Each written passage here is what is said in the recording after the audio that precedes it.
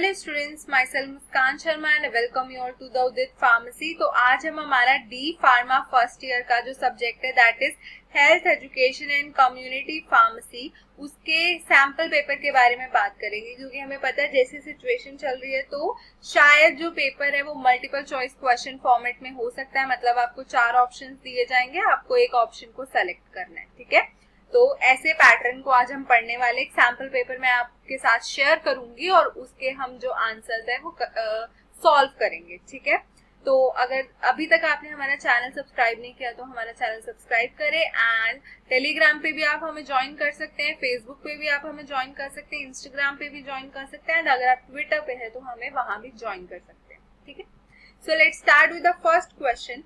हमें बोला है एक्टिव इम्यूनिटी में बी गेन्ड बाय, कि हमें एक्टिव इम्यूनिटी कैसे मिल सकती है।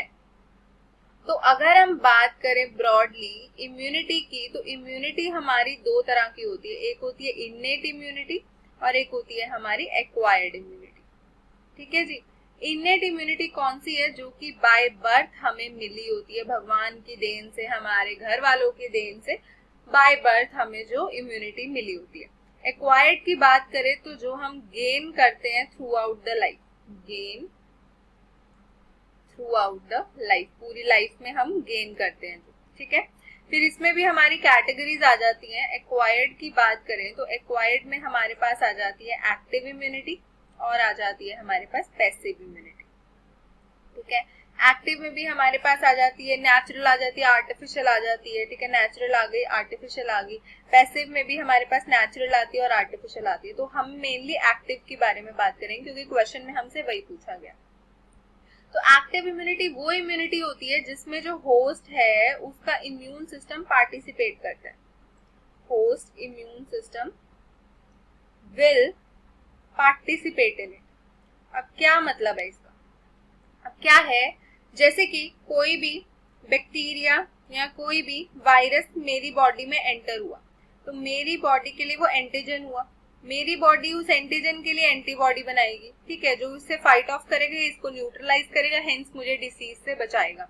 तो ये एंटीबॉडी किसने प्रोड्यूस करी? मेरे इम्यून सिस्टम ने प्रोड्यूस करी। तो मेरे इम्यून सिस्टम का रोल है कि नहीं है? है। ठीक है, तो एक्टिव इम्यूनिटी हुई है। नेचुरल इन्फेक्शन यही हुई कि कोई बैक्टीरिया वायरस हमारे कंटैक्ट में आया, एंटीजन आया, तो हमारी बॉडी ने एंटीबॉडी बनाया, तो हमारा इम्यून सिस्टम रोल प्ले कर रहा है। तो एक्टिव इम्यूनिटी हुई नेचुरल इन्फेक्शन, क्योंकि इसमें होस्ट का इम्यून सिस्टम क्या पार्टिसिपेट कर रहा है।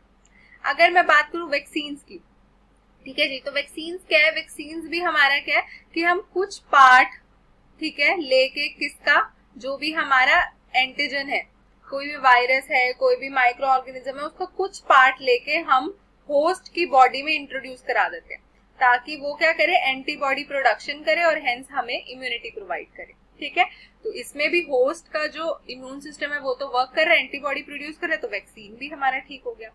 टॉक्सॉइड की बात करें तो टॉक्सॉइड क्या है? कोई भी हमारे पास बैक्टीरिया है या वायरस है, उसका कोई टॉक्सिन है, तो उसको हम न्यूट्रलाइज करके थोड़ा बहुत होस्ट में इंट्रोड्यूस करवा देते हैं। वो क्या करेगा? हमारे लिए फॉरेन एक्ट करेगा, हमारी बॉडी उसके लिए एंटीबॉडी बनाएगी, तो हमारा इम्यून सिस्टम यहाँ भी काम कर रहा है, तो टॉक्सॉइड के लिए भी काम कर रहे हैं। तो वैक्सीन के लिए भी कर रहे हैं, टॉक्सॉइड के लिए भी कर रहे हैं, नेचुरल इन्फेक्शन के लिए भी कर रहे हैं। तो जो एक्टिव इम्यूनिटी है वो हम गेन कर सकते हैं वैक्सीन से भी, नेचुरल इन्फेक्शन से भी और टॉक्सॉइड से भी। वही अगर मैं बात करूं पैसिव इम्यूनिटी की, तो पैसिव वो है जिसमें हमारा जो इम्यून सिस्टम है वो कोई रोल प्ले नहीं करता, कुछ भी नहीं करता। डायरेक्ट अगर मैं किसी पेशेंट को एंटीबॉडी दे दूं तो उसका इम्यून सिस्टम तो एंटीबॉडी बना रही है, डायरेक्ट दी है मैंने, तो वो पैसिव इम्यूनिटी में आ गया, तो वहां से वो गेन नहीं कर सकता। So our correct answer is all of these. Okay, so next question हमारे पास क्या है? Antibiotics are mostly obtained from. हमें बोला है कि एंटीबायोटिक्स हमें कहाँ से मिलती है। तो पहले तो हमें पता होना चाहिए कि एंटीबायोटिक्स होती क्या है। देखा ही होगा एंटीबायोटिक पे बोलते हैं। तो कोई भी बॉडी में अगर बैक्टीरियल इन्फेक्शन है तो उसके अगेंस्ट, उस बैक्टीरिया को खत्म करने के लिए हम एंटीबायोटिक्स देते हैं। और एक ताज्जुब की बात है कि बैक्टीरियल इन्फेक्शन बैक्टीरिया को मारेगा, लेकिन प्रोड्यूस भी सबसे ज्यादा कहाँ से होता है? बैक्टीरिया से ही होता है। Majority of antibiotics are produced from what? From the bacteria itself. ठीक है, बैक्टीरिया ही उनको प्रोड्यूस कर रहा है और हेंस वो दूसरे बैक्टीरिया को मारने के लिए काम आ रहा है। ठीक है, so our correct answer is bacteria. बाकी के ऑप्शंस हमारे बैक्टीरिया एंजियोस्पर्म, वायरस, फंगी हमारे इनकरेक्ट है। ठीक है, तो अगर आपको इन क्वेश्चंस के बारे में डिटेल में जाने, सब्जेक्ट के बारे में डिटेल में जाने, तो आप उदित फार्मेसी क्लासेस को ऐप स्टोर से डाउनलोड कर सकते हैं। लिंक इसका डिस्क्रिप्शन में होगा। उसमें आपको पूरे कोर्स का क्या मिलेगा, वीडियो लेक्चर्स मिलेंगे, doubt clearance and everything you will get in that particular course. और अगर आपको कोई भी क्वेरी है कोर्स से रिलेटेड या किसी चीज से भी रिलेटेड, तो आप इस नंबर पे कॉल करके पूछ सकते हैं। ठीक है, नेक्स्ट हमारे पास है conversion of blastula into gastrula is. हमें बोला है कि कन्वर्ट होता है जब हमारा ब्लास्टूला किसमें, गैस्ट्रूला में, तो उसे क्या बोलते हैं।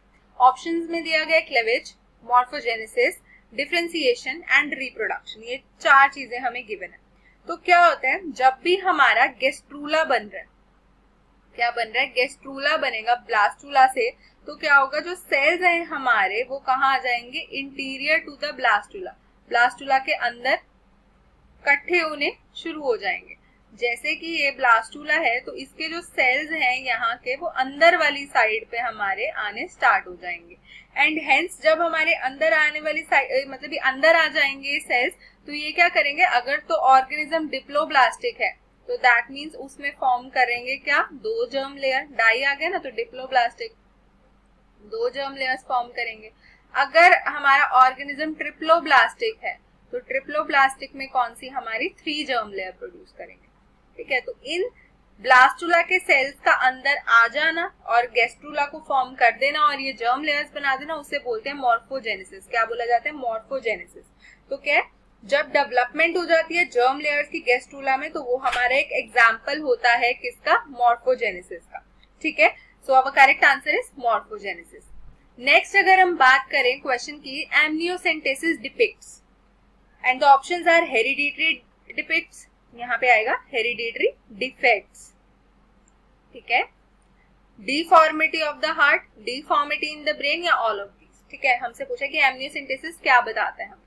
तो एमनियोसेंटेसिस होता क्या है, बेसिकली ये हमारा एक टेस्ट है जिसमें क्या है, एमनियोटिक फ्लूइड लिया जाता है। क्या लिया जाता है, एमनियोटिक फ्लूइड लिया जाता है। अब कोई लेडी प्रेग्नेंट है, ठीक है, तो उसका जो बेबी होता है, बेबी के अराउंड हमारा एमनियोटिक फ्लूइड प्रेजेंट होता है, जो कि उस बेबी को बचाता है काफी चीजों से, शॉक वगैरह से, और उसे न्यूट्रिएंट्स भी प्रोवाइड करता है।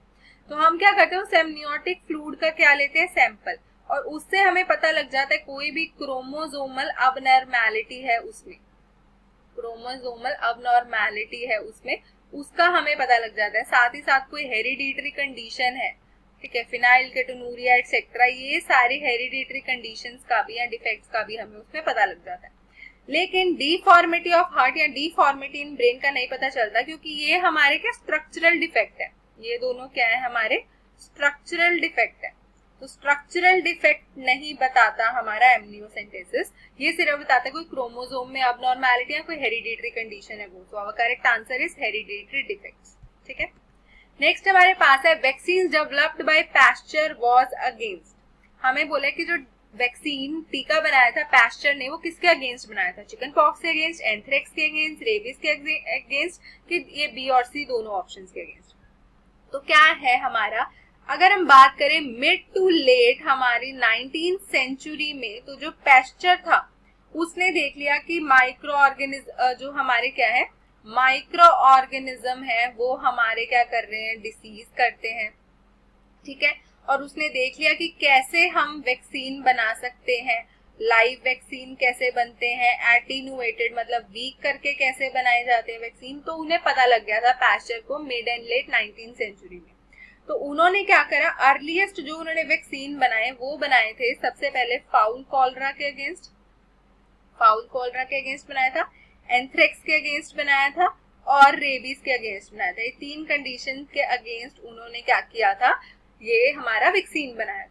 तो चिकन पॉक्स तो है नहीं, एंथ्रेक्स भी है, रेबीज भी है, that means both B and C are the correct options. ठीक है, नेक्स्ट हमारे पास है according to WHO world health organisation which is the most common type of cancer in men. आदमियों में सबसे कॉमनली देखे जाने वाला कैंसर कौन सा होता है। अब मैं बता दूं ये वैरी करता है, इंडिया के अकॉर्डिंग भी वैरी करता है और वर्ल्ड के अकॉर्डिंग भी वैरी करता है। ठीक है, तो क्या है, WHO के अकॉर्डिंग जो मेन है, आप कैसे याद रखोगे, जो मेन है ज्यादातर आदमी सिगरेट वगैरह पीते हैं, ठीक है, स्मोक करते हैं, तो that will ultimately affect their lung. So आदमियों में सबसे ज्यादा देखे जाने वाला कैंसर कौन सा होता है जी? Lung cancer. This is our correct answer. ये भी आता है ओरल माउथ प्रोस्टेट भी आता है, लिवर कम आता है, ओरल एंड माउथ प्रोस्टेट भी आता है, बट ये टॉप 5 में आता है। टॉप 1 पर हमारा कौन सा आता है? Lung cancer. ठीक है, नेक्स्ट हमारे पास है एंजियोलॉजी रेफर्स टू। अब हमसे पूछे कि एंजियोलॉजी क्या होता है, तो एंजियोलॉजी ऑप्शंस में क्या? Skeletal system, articular system, integumentary system या सर्कुलेटरी सिस्टम। अब एंजियोलॉजी हमारी स्टडी है किसकी? कोई भी हमारा डिफेक्ट है या कुछ भी है related to our lymphatic system, हमारे लिम्फ के फ्लूइड के रिलेटेड, और जो हमारा सर्कुलेटरी सिस्टम है like blood vessels and all, उसके रिगार्डिंग जो भी हम स्टडी करते हैं वो हमारा क्या आते हैं? एंजियोलॉजी में। So angiology refers to the study of the circulatory system. Okay, this is our correct answer. Next है all are the kind of vaccine except. हमसे पूछे कि सारे तरह के वैक्सीन है, इनमें से कौन सा वैक्सीन नहीं है। ठीक है, अगर मैं बात करूं, सबसे पहले डी ऑप्शन है टेटनस टॉक्सॉइड। तो टेटनस टॉक्सॉइड हमारा वैक्सीन है, टीटी लगाते हैं, ठीक है, टीटी का वैक्सीन कहते हैं, लगवा लो, तो ये भी हमारा वैक्सीन है, तो ये तो हो नहीं सकता। बीसीजी, ठीक है, बैसिलिक एल्मेटिक यूरिन, ये हम किसके लिए देते हैं? ट्यूबरक्लोसिस के लिए देते हैं, ठीक है, तो ये भी हमारा वैक्सीन है, ये भी हो गया गलत। फिर अगर बात करें पर्ट्यूसिस, तो पर्ट्यूसिस भी वैक्सीन है, डीपीटी, डिप्थेरिया, पर्ट्यूसिस, टेटनस, ठीक है, ये 3 का इकट्ठे दिया जाता है, तो ये भी हमारा गलत है। रेबीज, रेबीज हमारी क्या है? एक ऐसी बीमारी को बोला जाता है, ठीक है, जो कि सलाइवा से फैलती है इन्फेक्टेड एनिमल के। इन्फेक्टेड एनिमल है, जैसे कुत्ते ने काटा, ठीक है, तो उससे जो रेबीज वायरस है वो हमारी बॉडी में एंटर हो जाएगा एंड हेंस हमें साइन एंड सिम्टम दिखाएगा। तो रेबीज हमारा वैक्सीन नहीं है, बाकी हमारे तीनों वैक्सीन है। So this is our correct answer. फिर अगर बात करें वेक्टर, तो वेक्टर क्या है? वेक्टर हमारा एक क्या है? पाथवे है, या we can call it as a channel, जो कि क्या करता है? हमारा ट्रांसमिट करता है। किसको ट्रांसमिट करता है? जो डिसीजेज है, जो बीमारियां हैं, उनको ट्रांसमिट करता है from one thing to another thing. ठीक है, ट्रांसमिट करता है, फैलाता है। जैसे कि क्लासिक एग्जांपल ले लो, मलेरिया। मलेरिया करता कौन है? प्लाज्मोडियम, ठीक है, और वो क्या है? फैलाता कौन है उसको? हमारा मस्कीटो, फीमेल एनोफिलीज मस्कीटो, वही फैलाता है। तो मस्कीटो हमारा क्या हो गया? वेक्टर हो गया, क्योंकि वो फैला रहा है। ऐसी फ्लाइज हो गया, ये सारे मस्कीटोज, ये मेनली क्या होते हैं? हमारे आर्थ्रोपोड्स और एनिमल्स होते हैं। ठीक है, so this is our correct answer. Vector कौन होता है? आर्थ्रोपोड या फिर एनिमल। नेक्स्ट हमारे पास है water as a vehicle can transmit all except polio, diarrhoea, tetanus, roundworm. हमें बोले कि वाटर हमारे एक चैनल की तरह काम करता है और ये ट्रांसमिट कर सकता है सारी बीमारियों को, एक्सेप्ट कौन सी नहीं करता है। ठीक है, पोलियो की बात करें तो पोलियो फैला सकता है वाटर, डायरिया की बात करें डायरिया फैला सकता है वाटर, राउंड वॉर्म की बात करें राउंड वॉर्म फैला सकता है, लेकिन टेटनस ऐसा है जो कि वाटर नहीं फैला सकता। टेटनस हमें सॉइल से होता है या कोई इन्फेक्टेड इक्विपमेंट है उससे होता है, ये वाटर स्प्रेड नहीं करवा सकता। So this is our correct answer. Okay, so this is all about the sample paper. Hope आपको अच्छे समझ आ गए। ये कुछ रेफरेंस के क्वेश्चंस हैं जिनको देख के आप आइडिया लगा सकते हो कि एग्जाम में कैसे क्वेश्चंस आते हैं। ओके, सो अगर आपको कोई भी डाउट है इस रिलेटेड या फिर आपको कोर्स रिलेटेड कोई भी डाउट है तो आप इस नंबर पे कॉल करके क्लियर कर सकते हैं। Okay, so thank you.